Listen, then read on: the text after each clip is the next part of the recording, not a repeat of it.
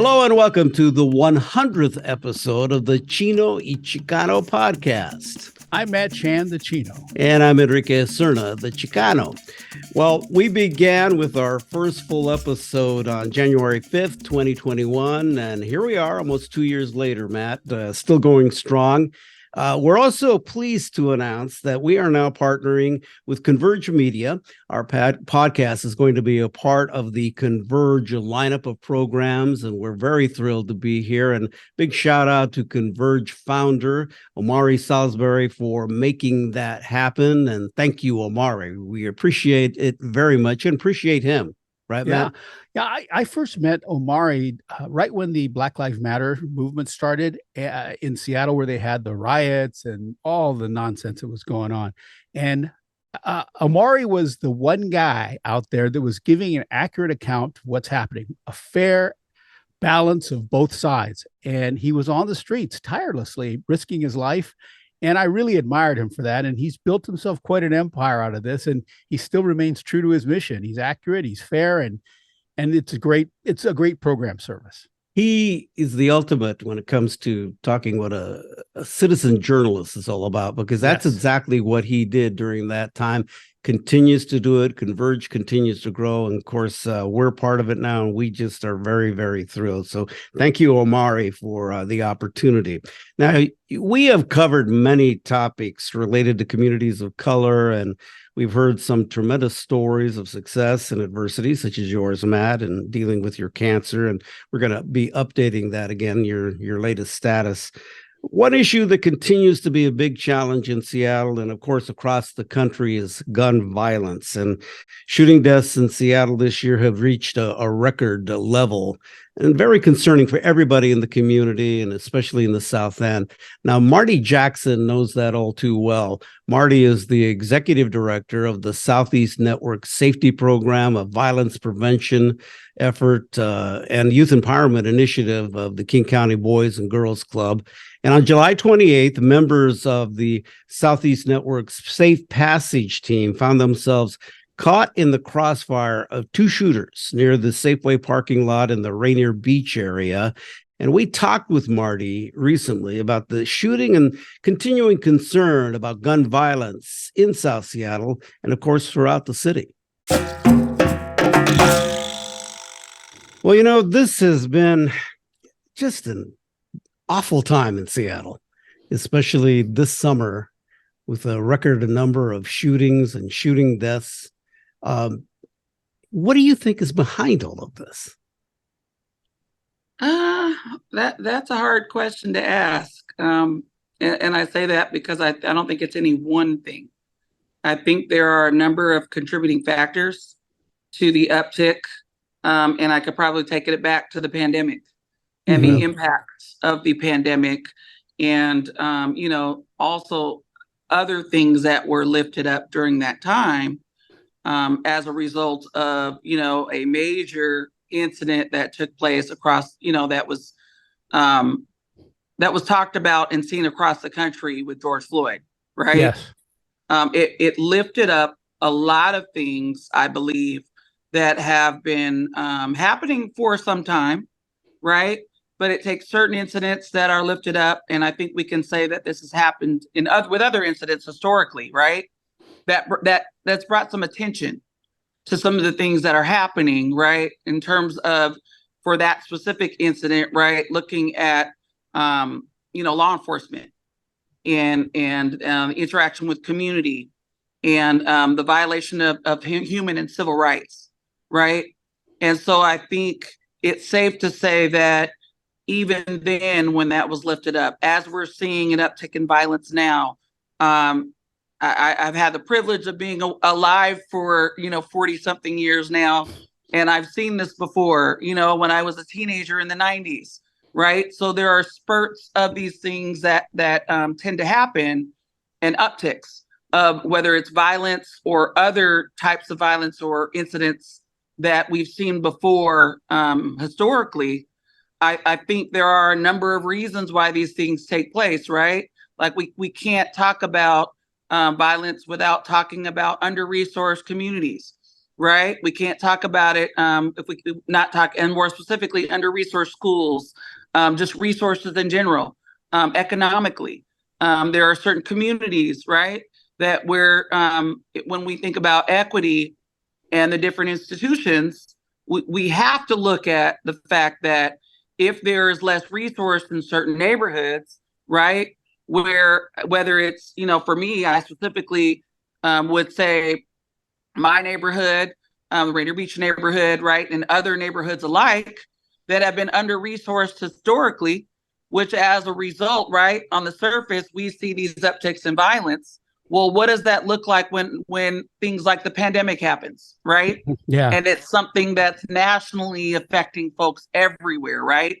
Violence, if we look at the uptick in violence here in Seattle, we will see this across the country.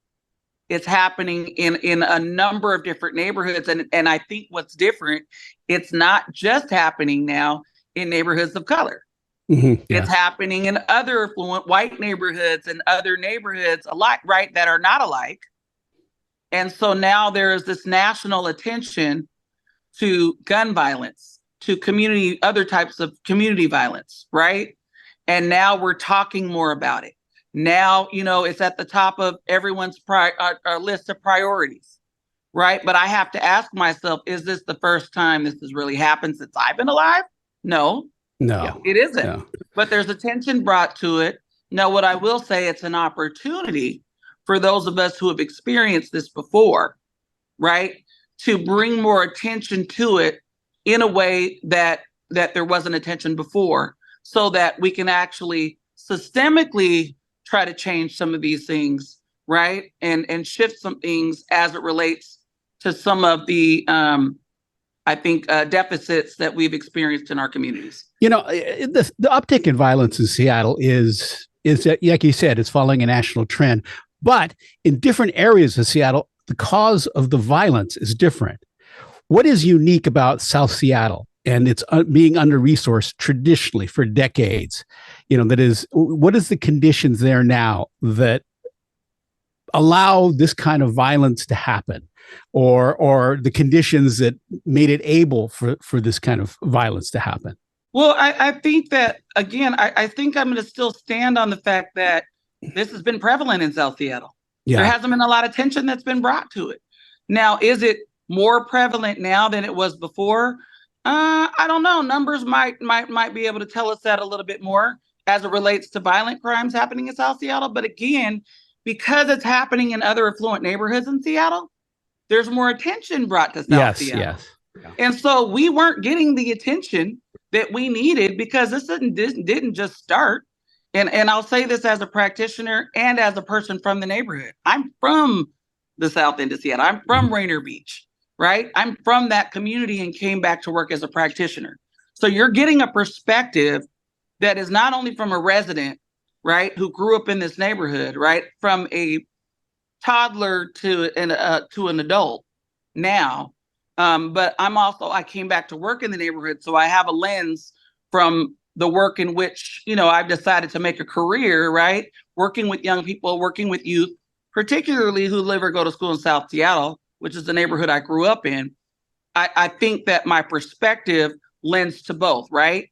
I have that perspective as a teenager, as a resident, but also as a practitioner coming to work in the neighborhood. Like, I cannot tell you countless shooting incidents that occurred that have happened near Rainier Beach High School and in the Rainier Beach campus, but it wasn't televised. There wasn't, public officials coming to visit to say, hey, what can we do to make this better?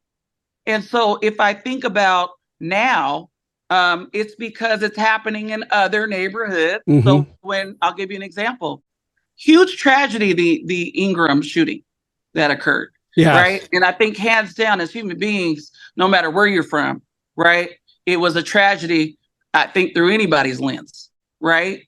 However, there were a number of shooting incidents that took place around the Rainier Beach High School that I know of personally that we were addressing and trying to figure out what we needed to do as a community to stop some of the violence that was happening right next to the school or on the school property.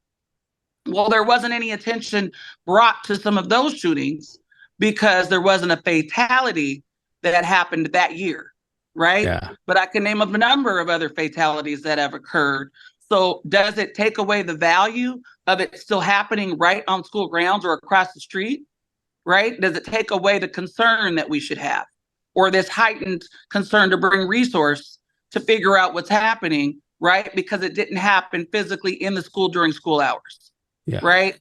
And so I have to say to myself, is that equitable? The attention that's brought to certain neighborhoods, right? And so I cannot address one without thinking about what I'm experiencing in the other, which I happen to be a resident of, which I happen to have grown up there, right? And so I have to say to myself, well, is this something new for us? Not really. It's really not. But I think that a lot of young people, which this is the sad part for me, right? Because when you starts to become normal for you, then there isn't this heightened like alert, right? And priority to figure out how as a community does this get addressed? Who needs to be involved in addressing it, right? And this is where we speak to, usually we address this with our public officials, right? And other community members to corral and organize and mobilize so that we can have some attention brought to this in our neighborhood, because it's impacting our kids, our families, and everybody else in who's a resident there. Okay, so when you talk about policies, is the city doing enough? Is the city council doing enough for South Seattle District 2? I mean, there's a lot of lip service about investment and this and that and programs, but it doesn't seem to help. Well, are they not listening to you? I'm sorry, go ahead. Are they not listening to the community? I don't think it's that. I think that there have been some investments made. Now, I will tell you, being in this field for a long time, I have seen the different trends of sometimes these investments being interrupted because of whomever the new administrator, like whoever is in public office, right? So let's just talk about the mayors we've had over the years. Now, the resource that even allowed for our department to become a department was the Seattle Youth Violence Prevention Initiative, right? That came into existence back in 2008. And so we were funded. We were one of many community-based organizations that were funded to do this kind of work. And I mean specifically addressing, the trends around gun violence around that time. And there were 5 young people under the age of 18, between 12 and 17, who were killed as a result of gun violence. And they came from 3 main particular neighborhoods, right? South Seattle, Central District, and West Seattle. Well, those of us who have grown up and been around in Seattle for a long time, those 3 neighborhoods are considered neighborhoods of color, right? And so resources were put towards that. So this is what I mean by, I can't say that the city hasn't invested. Has the city stayed committed to these investments and seen them out, right, to fruition, right? So we can say that there have been investments. I know I personally can, or professionally can say that, because our work has been funded and it has been supported by folks in the city and certain public officials. But I think that it's more about continuity and thinking about the commitment to these investments, right? Is it a waste of money if you've invested for 10 years in something that we know was impacting the work, and we know there were results that came from that? But if that particular resource was phased out, or if it was dismantled and something else was put in its place, really what happens is we start all over again, right? Yeah. I feel like me talking to a practitioner right now, it's very daunting to have to go through those kind of transitions every so often and know that your fate around the work is based off of whoever's voted into office. And that's what I would speak to as the system, right? The system where policy is implemented. And so I can't just say the city is not investing, or this, because I feel like the city has invested multiple times. What I would ask the city is, what is the commitment to historical investments, what that have been working over the years, right? And what is the commitment to continuity around community working together? Because that's really what was disrupted. It was all of these community organizations over a period of 10 plus years who really were working together, right? We know that we get the most bang for our buck when we come together as a community, align our resources, and really work together to address these systemic issues, right? Gun violence, i.e. everything else that risk factors and other things that we've addressed, right? As a community.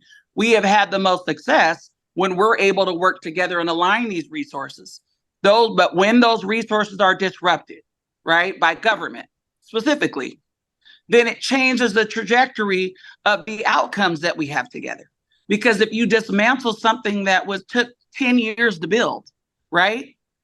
How you can't just rebuild that overnight if another public official comes in because they're voted in office and they say, hey, we want to do this. And then we tell them, well, we did do that. Like we did that 5 years ago, but it was dismantled. So we had to start over.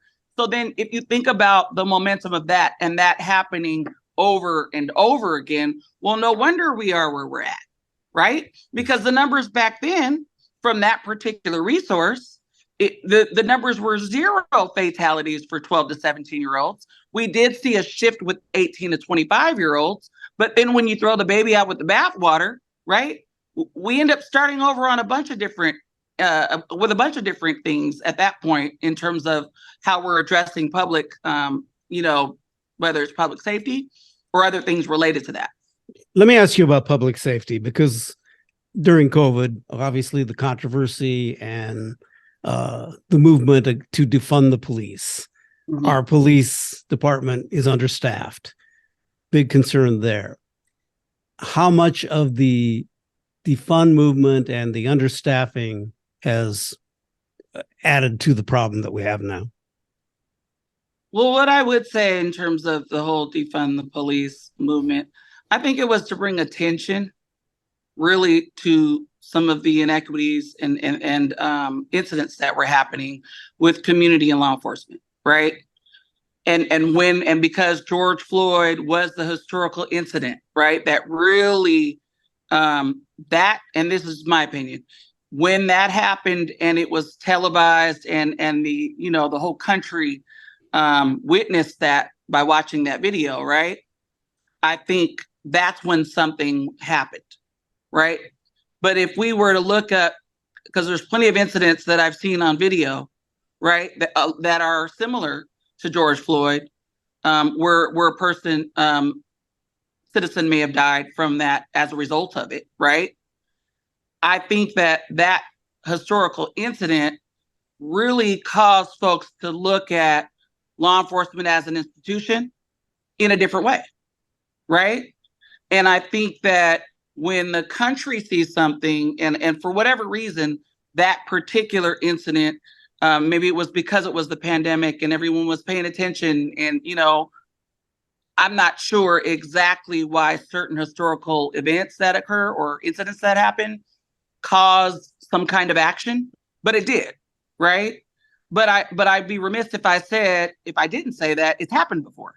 Mm-hmm. And probably on a number of different occasions, but we weren't privy to it, right? In the same way. And so what I would say then is that because of that attention brought to it, there was this extreme movement around that happening and lifting that up to say, hey, something as extreme as defund the police, meaning we need to do something about this, right? It's been happening, I think, for too long for those of us who've experienced that kind of treatment. But because of that movement, I feel like that started, right? What I would tell you, and I think a lot of other practitioners would tell you, is that I don't, and others, I'm sure, and I know I can only speak for myself, I don't want to do the job of the police. I think we can all, at least that's what I would say, right? And a lot of my colleagues felt the same. Yeah. What it did was bring attention to funding, because there are a lot of inequities that are happening mostly in communities of color where that kind of thing is going on, and folks are being mistreated. Young people, older, Black men, women of color, men of color that have experienced this historically, right? And that allowed for something to happen as a result of it. And so what it did do is it allowed for practitioners like myself and others who work primarily in our communities of color, to bring about equity in a different way as it relates to public safety, right? And really be able to work and think about a more restorative way to help our young people and young adults who might be engaged in things, in whether it's criminal activity or other things, right? Negative things that might not be beneficial to the community. Do you want more police right now? Because they're still understaffed. Right. They're still understaffed, right? And that happened as a result of everything that transpired with what I was talking about, right? Yeah. For me, it was a good idea to look at how do we bring community in to do what community does better than law enforcement, which is engaging with community in a way that is more relationship based, right? That's what I took from that. And how do we make it more equitable to see how, if there are a number of community organizations and members who are working in community, right? In terms of as practitioners related to public safety.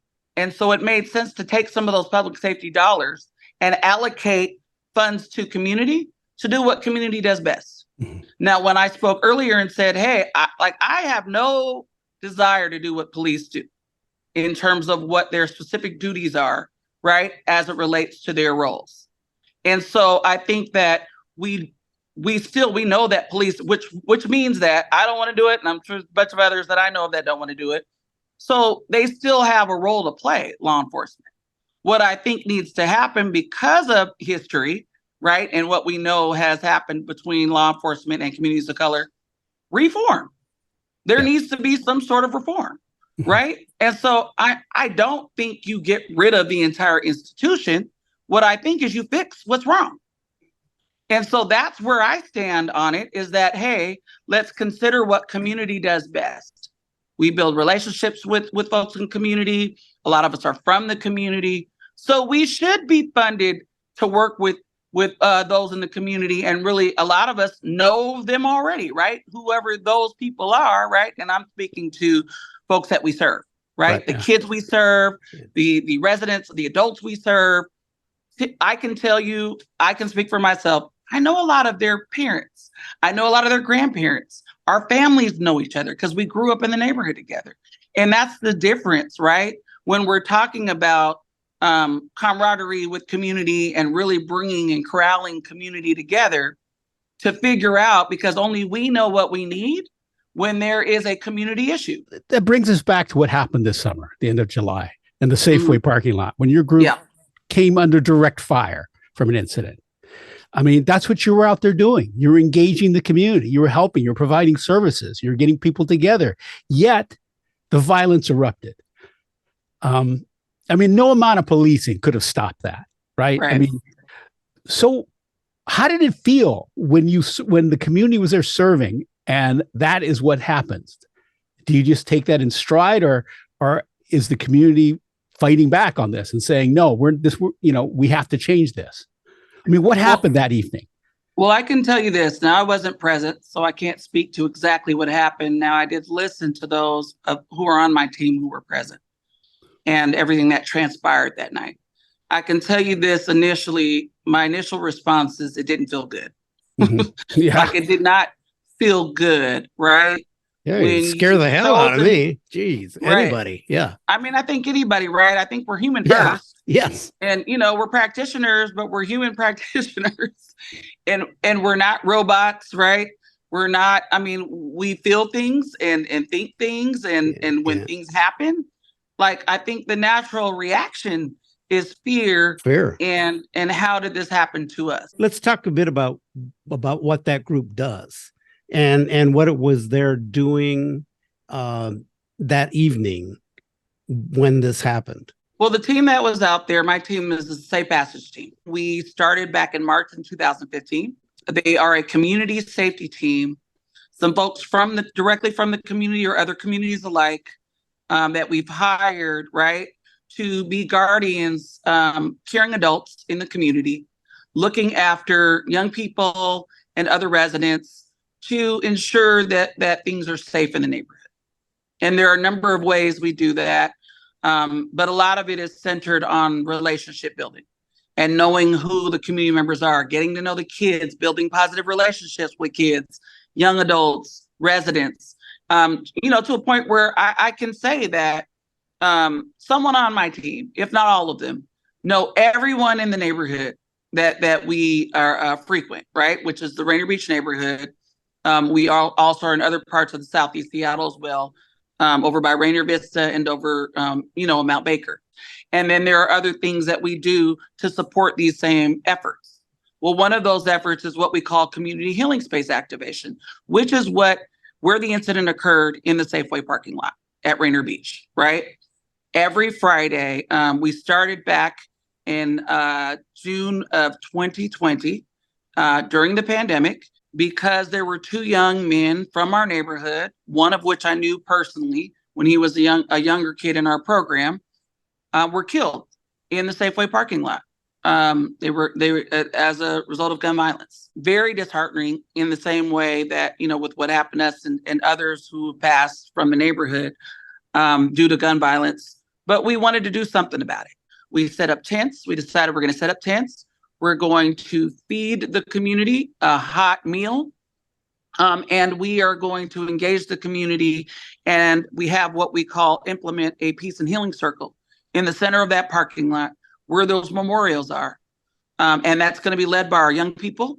And we are going to let the community know just that we're here, we care, and however we can support your process of healing, that's what we want to do. Up until when the incident occurred on July 28th, there have been 0 incidents in that parking lot, and as it relates to gun violence. There have been other things that have could have been potential critical incidents, but we've de-escalated those incidents from becoming that, right? By intervening with community people and folks who may have had a discrepancy in that parking lot. So that night, do you think it was an outlying type of thing, or what? I mean, what was the reason behind it? Have the reason out? Behind the incident? Yeah. Yeah. I don't know that we know, because, that law enforcement who investigates that. The only thing that we were assured of, and, just being in the neighborhood, you hear things, but I think what we wanted to be comforted by is the fact that we weren't targeted. Yes. And for us, we did get enough confirmation with enough that, was being said in the community that we weren't targeted. Yeah. And so for us, because it was happening all around us, I think it's important to understand, or at least to communicate to everyone else, we do understand and realize that we run the risk of being in the line of fire for certain incidents that are happening around us. Like, that is not now what's a surprise is, right? We haven't had it happen in all this time. So for it to happen and my team be in the line of fire and 2 people who are, staff get shot or injured as a result of it. I mean, again, this is where I say we're all humans. Like, it was devastating, right? Yeah. It was devastating to, for me, managing this team, knowing that, hey, we started this with this intent. And, I think as a leader, you go through a number of different emotions around this kind of thing, especially when the people that you care about, that you love, that you support, who are out there and considered, on the front line. I think anyone in this position would feel some level of feeling scared, devastated, traumatized, are words I would use, right? And even though I wasn't present when it happened, it still impacted me, because these are folks that I do this work with. Like, we do it together. I've been in that space many a times. I could have been that night, right? Now I was out of town when it transpired, but everybody there, I know, right? I work with, like, I feel responsible for, right? When anything happens, good or bad. And so, just as there have been a lot of great things that have come from this, I'd be remiss if I didn't take the bad that comes with it too. It comes with the territory, right? It doesn't mean that we are all so resilient that, Yeah. it didn't impact us. How are the folks doing now? And you guys have gone back, actually. We relaunched on August 25th, and I will be transparent in that all of my team members aren't necessarily comfortable, right? Mhm. And things, I mean, I kind of have to ask every week, right? Because to some level you are. And then, for those who were in space that night, I can't tell you how they feel. When it's time to come back into space, I will tell you this. What I definitely did was prioritize my team over the work, because if we don't take care of the folks who do this on a daily, then we might as well stop doing it, right? Because we have to be taken care of too, right? And like I said, I wasn't in the space, so I don't want to speak as if I was, but my team who was there, I've been trying to take care of them, right? Best way that I know how. And with this being a whole new experience, I've never had someone on my team be injured, and in the line of fire in that way. We have been in the line of fire, by the way. I know I have in certain instances, but not in a way that injured, right? Not so much so that one of the team members were injured. Have they recovered? Or I think it's a recovery is a process. I don't think that they're fully 100% recovered. Absolutely not. Yeah. What I would say is this: is there a commitment from a lot of the team? Because I will be honest in saying, I didn't know for sure if I was going to have a team there. Come Monday, I don't know, right? Like, I wouldn't be upset, and it wouldn't be unusual if folks did resign or if they did quit, because of this incident.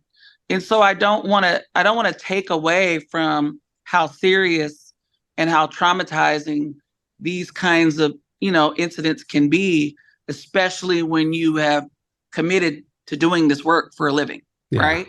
Now, we chose this. I can only speak for me. I know what I chose, and I know what is at stake because of what we're doing, right? And some of it's just being in public spaces. However, I am very proud of the team in terms of just their commitment to wanting to continue, right? If there are folks who didn't or expressed, hey, I need more time, that's a no-brainer for me to grant that, right? To say, okay, totally understand. We have, had some assistance in terms of support as it relates to the trauma, and that will continue, right? The other piece of it is a lot of checking in. Hey, how are folks doing? And making sure to remind myself not to get so caught up in the day-to-day that, I don't stop and check in with folks, with my team, to see how you're doing now. I will say this, since we've relaunched, there are partnerships. We didn't typically invite people to the space, because part of what people don't know is when we first got to that space, there was a lot going on. Like it was, during the pandemic, there were a lot of, I feel like because nothing was open during quarantine, right?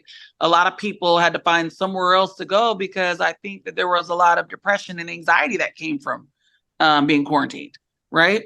And I can even speak to that to a certain extent, being in the house, and not being able to be in public space together.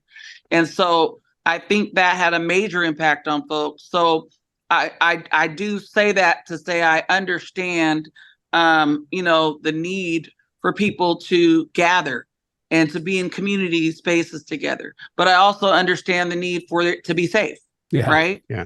And so coming back in that space, we have made adjustments. There are things that I think you're always going to think about in terms of, especially with the team. We did a walkthrough before we even relaunched. And I asked the team feedback, hey, what do you think we should do differently? With what happened, is there anything that we can adjust that would make it safer? And there were some adjustments that we made, recommended by the team. Right. And we did that. And then there are also some things that became such a real situation. We thought about our protocols. And hey, what needs to happen? Like if we could see it, things like if we're able to see it sooner, where we're positioned so that we can see the entire parking lot and everything around us. So those are some adjustments that have been made. We also now invite partners into the space because I think that just having people back in space when we relaunched, it felt good for the team to feel the community kind of camaraderie, knowing that, hey, I know we're the ones who host this every Friday, but everybody's coming together in solidarity. Yeah. And that really, I think, helped make the team feel supported. So everybody that was there that night, have they all gone back to be on there on a Friday night? They have. They have. Wow. That takes some guts. That takes some guts. Yeah, that takes a lot of guts. Yeah. Right. Yeah. Well, so that sort of was the thing that launched this whole kind of emphasis on violence in the South End. Then we had, the shooting at the hookah lounge, and then we had the home invasion that was targeting Asians. The media tends to paint the South End as like a scary, scary place, but let's be real. It's just a handful of individuals that are causing this havoc. Somehow we got to get the word out that like it's not necessarily an inherent scary space.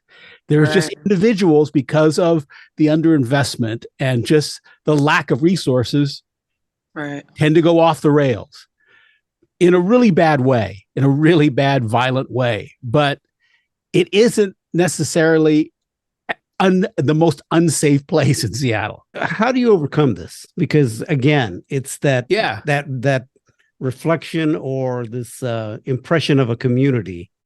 Right. Yeah. Well, unfortunately, this has been the case for historically. Yeah. Like I can remember being a teenager and all of this bad, you'll hear through media all of the negative things that happen in my neighborhood.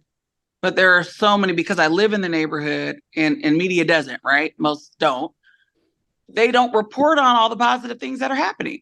Yeah. What about, all of them? When I was coming up, there were a number of walkouts for, social justice that happened that were student led. What about saving Rainier Beach from being closed down?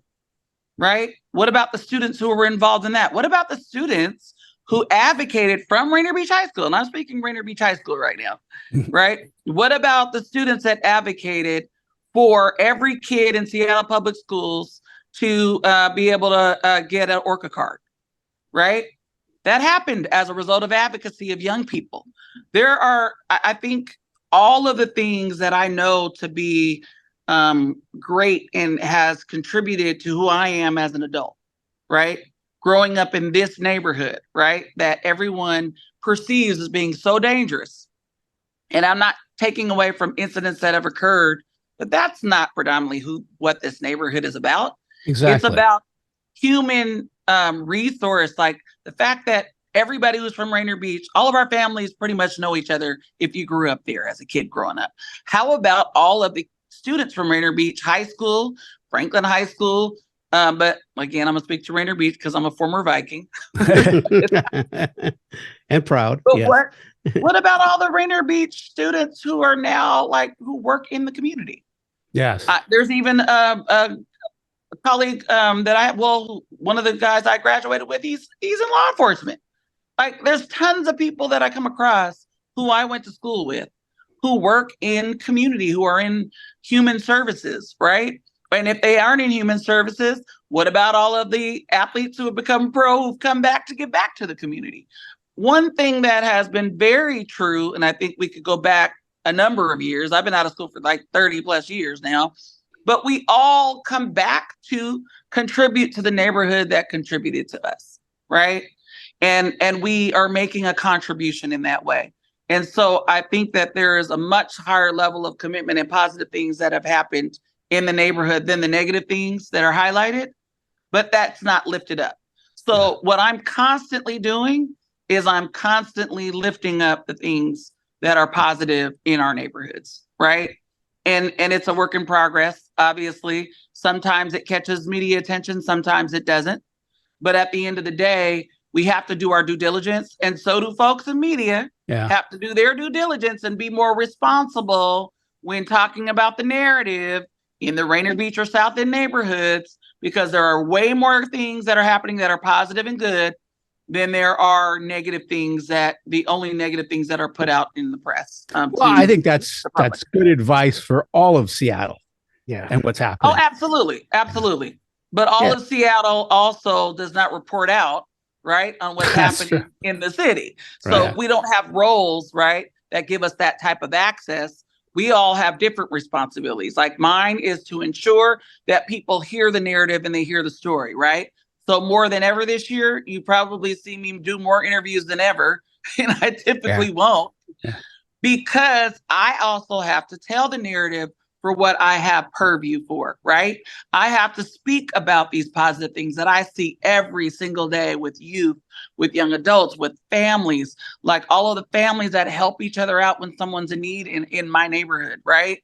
And so seeing that, just even with that last press conference that I, met you at, and all of the community coming together, right, out of tragedy, right? And I hate that that's the case, but we do know how to come together when tragedy strikes our neighborhood, right? Yeah. And I think we have to be more intentional, and I'm talking to myself as well, be more intentional in about coming together prior to these things happening, and maybe being more proactive in figuring out what we're all doing in our neighborhoods as it relates to safety, and figure out how do we align and support each other.